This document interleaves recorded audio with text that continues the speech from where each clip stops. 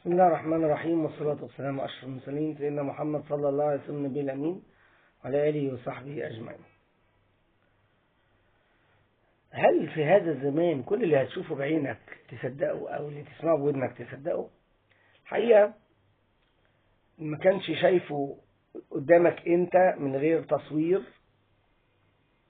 تصدقه، لكن هتشوفه في فيديو، هتشوفه وتسمعه في فيديو، ما تقدرش تعرف الحقيقة فين، ان اللي ورا التصوير ده مين، التصوير ده مراد بيه ايه، الأجهزة اللي بتلعب في الأصوات والأجهزة اللي بتلعب في الصورة، الذكاء الصناعي دلوقتي ليها أوقات بيبقى ليها شغل، ليها برامج معينة تعرفها.